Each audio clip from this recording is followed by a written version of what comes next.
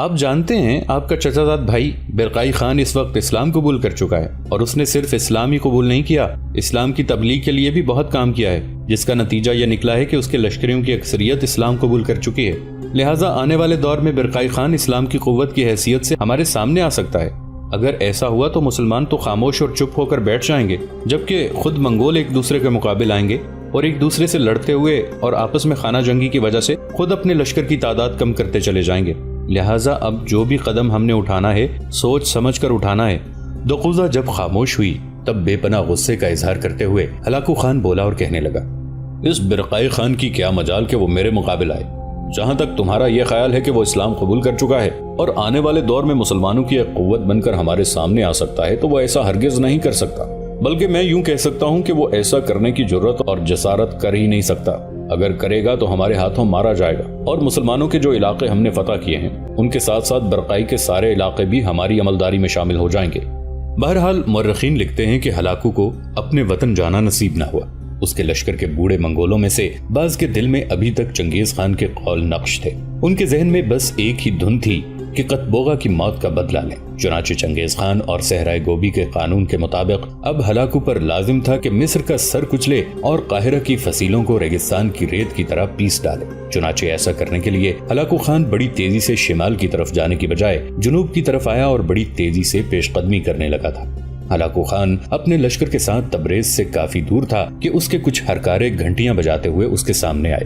جب وہ قریب آئے تو اپنے گھوڑوں کو موڑنے سے پہلے انہوں نے ہلاکو کو تعظیم دی۔ گھوڑوں کو موڑ کر ہلاکو خان کے ساتھ ساتھ اپنے گھوڑوں کو ہانکنے لگے۔ اس کے بعد ہلاکو خان کے استفسار پر ان میں سے ایک بولا اور کہنے لگا، خاقان، ہم آپ کے لیے ایک خبر لے کر آئے ہیں۔ خبر بڑی اہم ہے، اچھی ہے یا بری اس کے بارے میں ہم کچھ نہیں بتا سکتے، لیکن یہ خبر ہمارے لیے خطرے کا باعث بھی بن سکتی ہے۔ یہ الفاظ سن کر ہلاکو خان نے اپنے گھوڑوں کو روک دیا، اپنے پیچھے لشکر کو بھی رک جانے کا حکم دیا۔ اس موقع پر دقوزہ، اس کے بیٹے سالاروں میں سے ایچل اور مہرتاق اس کے قریب آ کر رک گئے تھے۔ پھر ہرکارے کی طرف دیکھتے ہوئے ہلاکو خان کہنے لگا، تم کون سی ایسی خبر کہنا چاہتے ہو جس سے ہمارے لیے خطرات اٹھ سکتے ہیں؟ اس پر وہ ہرکارہ بولا اور کہنے لگا، خاقان، یہاں سے لگ بھگ 10 میل آگے دائیں جانب مسلمانوں کا ایک لشکر قیام کیے ہوئے ہے۔ ہم نے اس لشکر کی سنگن لی ہے اور یہ جان لیا ہے کہ وہ لشکر مسلمانوں کے اسی سالار کا ہے جس کا نام منصور بن احمد ہے، جو ماضی میں ہمارے نقصان کا باعث بنتا رہا ہے۔ اب وہاں قیام کر کے وہ ہمارے خلاف کسی قسم کی کارروائی کرنا چاہتا ہے، ہم یہ نہیں جان سکے۔ ہرکارہ جب خاموش ہوا تب ہلاکو اس کی طرف غور سے دیکھتے ہوئے بولا، کیا تم لوگوں کو یقین ہے کہ وہ لشکر مسلمانوں کے سالار منصور بن احمد کا ہے؟ اس پر ہرکارہ بولا اور کہنے لگا، ہم 100% یقین کے ساتھ کہتے ہیں کہ وہ لشکر منصور بن احمد کا ہے، اور ساتھ ہی اپنے ان خیالات کا بھی اظہار کرتے ہیں کہ اس نے بیکار میں وہاں پڑاؤ نہیں کیا ہوگا۔ اسے اس کے مخبروں نے اطلاع دی ہوگی کہ آپ اپنے وطن نہیں گئے، واپس آ رہے ہیں، لہٰذا کسی مناسب مقام پر وہ ضرور آپ کو نقصان پہنچانے کی کوشش کرے گا۔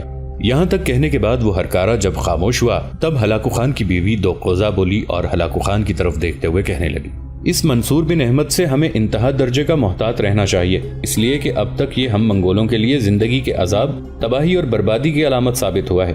اس نے اب تک ہم منگولوں کو بے پناہ نقصان پہنچایا، ہمارے نامور سالاروں کو اس نے موت کے گھاٹ اتارا۔ جب کبھی بھی یہ ہم پر حملہ آور ہوا، کسی بھی موقع پر اسے ناکامی اور نامرادی کا سامنا نہیں کرنا پڑا، ہر موقع پر کامیابی نے اس کے قدم چومے اور ہر موقع پر اس نے ہمارے ہی لشکریوں کا قتل عام کیا۔ یہی وہ منصور بن احمد ہے جس نے اربل شہر پر ہمیں قبضہ نہیں کرنے دیا۔ یہی وہ منصور بن احمد ہے جس نے میاں فارقین کے نواح میں ہمارے پڑاؤ کے اندر ایک ہلچل برپا کی۔ ایسے ہی ہنگامے میں میری بہن سیمر مجھ سے جدا ہوئی اور بعد میں موت کا شکار ہو گئی۔ اسی ہنگامے میں آرمینیا کے بادشاہ ہیشون کی بیٹی کیتھرین ہم سے جدا ہو گئی، اور اب وہی کیتھرین اس منصور بن احمد کی بیوی ہے۔ اس کے علاوہ یہ وہی منصور بن احمد ہے جس نے ہمیں جزیرہ دیار بکر اور دیار ربیہ پر قبضہ نہیں کرنے دیا۔ اسی نے البیرہ شہر ایک بار پھر ہم سے چھینا۔ اسی نے حلب اور حمص پر قبضہ کرنے کے بعد اپنی طرف سے وہاں حکومت قائم کر لی۔ یہاں تک کہنے کے بعد دقوزہ رکی، پھر وہ کہتی چلی گئی، یہ علیحدہ بات ہے، اس کے پاس کوئی بڑا لشکر نہیں جس کی بنا پر جس شہر پر وہ قبضہ کرتا ہے اس کا نظم و نسق سنبھال نہیں سکتا۔ اگر اس کے پاس کوئی بڑا لشکر ہوتا تو میں آپ کو یقین دلاتی ہوں اب تک وہ ہم سے کئی شہر چھین کر ان کا نظم و نسق درست کر کے بغداد کی طرف پیش قدمی کر چکا ہوتا، اس لیے کہ وہ بغداد کا نائب سپہ سالار رہا ہے، اور اس کی زندگی کی سب سے بڑی خواہش یہی ہوگی کہ بغداد کی طرف کوچ کرے اور وہاں جس قدر منگول ہیں ان کا قتل عام کر کے بغداد کی ہمارے ہاتھوں تباہی کا انتقام لے اور پھر بغداد پر مسلمانوں کے قبضے کو بحال کر دے۔ میں آپ لوگوں کو یقین دلاتی ہوں، جس روز بھی اس شخص کے پاس کوئی بڑا لشکر ہو گیا یا برقائی خان نے کوہستانی سلسلے سے نکل کر اس کا ساتھ دینا شروع کر دیا، اس روز ایران کی سرزمینوں میں بھی ہمارے لیے خطرات اٹھ کھڑے ہوں گے۔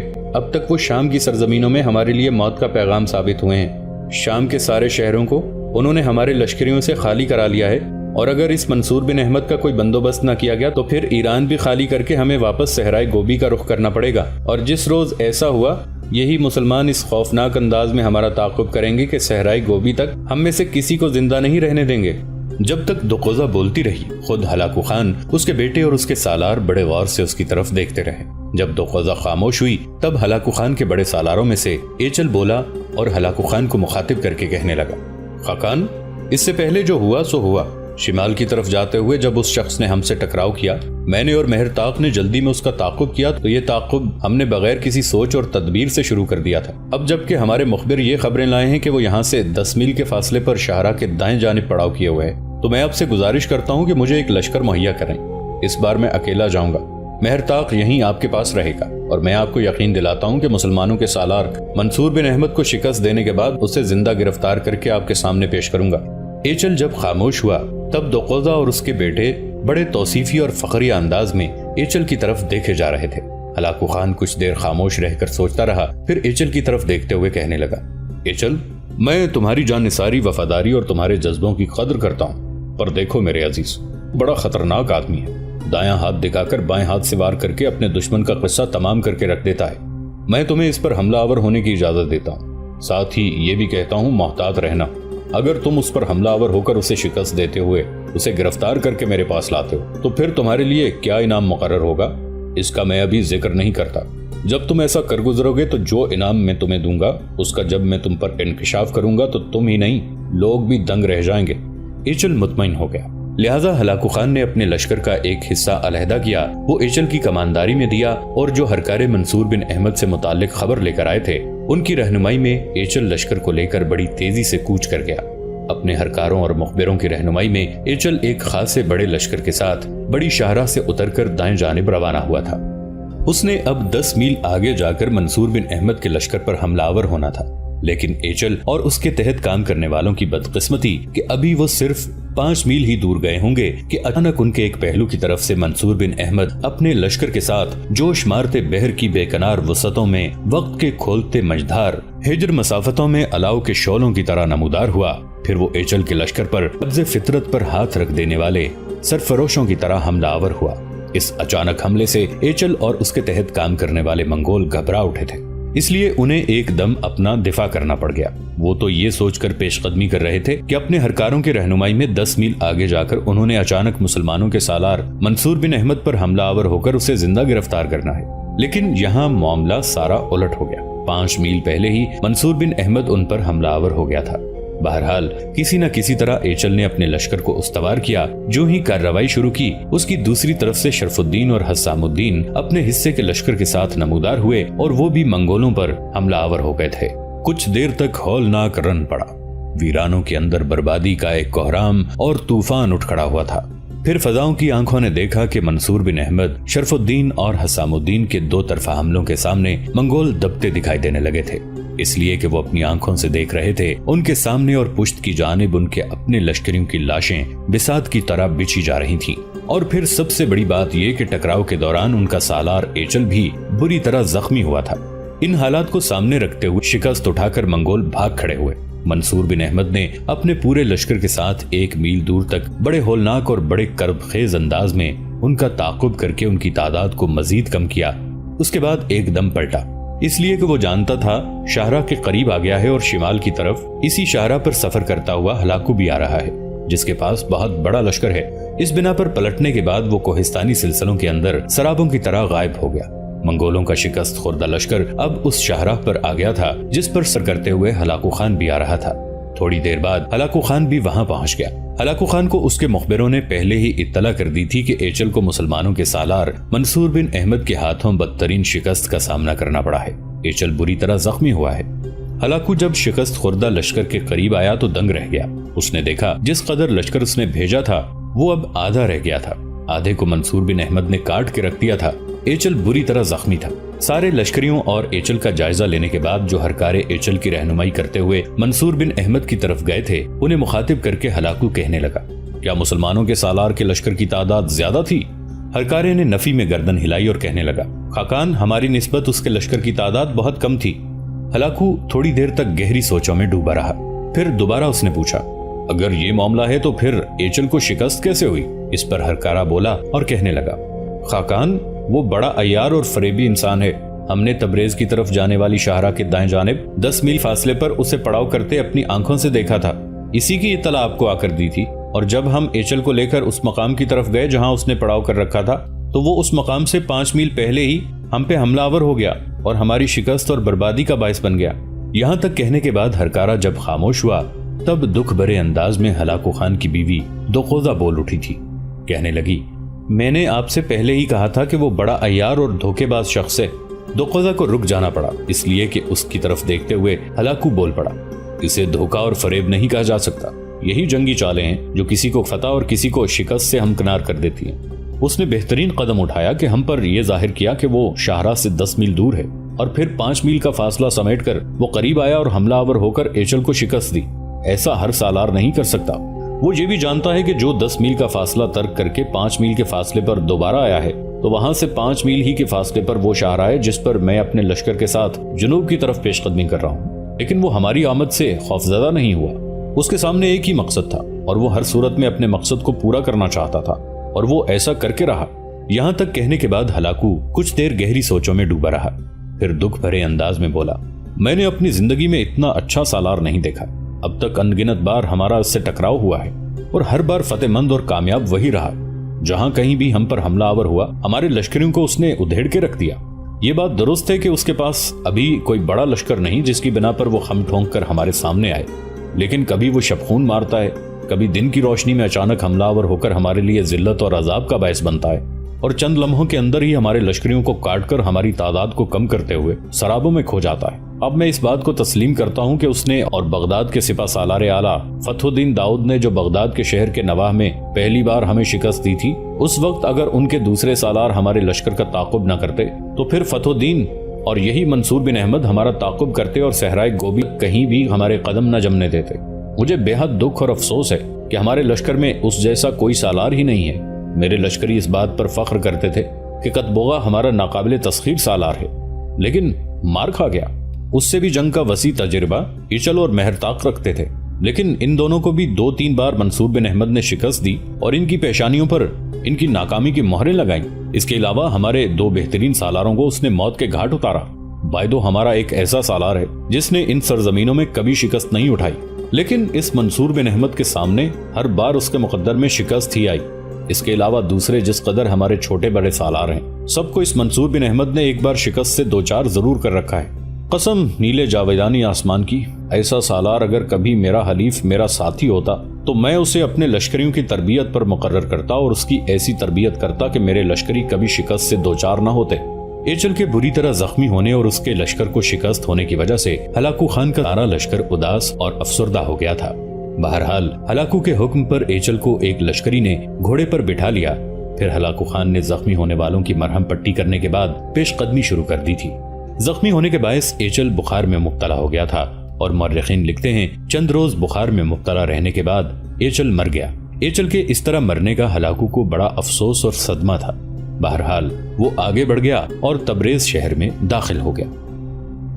تبریز شہر میں چند دن قیام کرنے کے بعد ہلاکو نے اپنے مرکزی شہر مراغہ کا رخ کیا۔ وہاں قیام کے دوران اس نے بڑی تیزی، بڑی رفتاری کے ساتھ اپنی عسکری طاقت اور قوت کو مضبوط اور مستحکم کرنا شروع کر دیا تھا۔ اس نے اپنے لشکر میں گرجستانیوں، آرمینیا سے تعلق رکھنے والے جنگجوؤں، آذربائیجان کے لوگوں، صلیبی نائٹوں، صلیبی رضاکاروں اور یورپ کی دوسری عیسائی قوتوں کو اپنے ساتھ ملاتے ہوئے ایک بہت بڑا اور تباہ کن لشکر تیار کرنا شروع کر دیا۔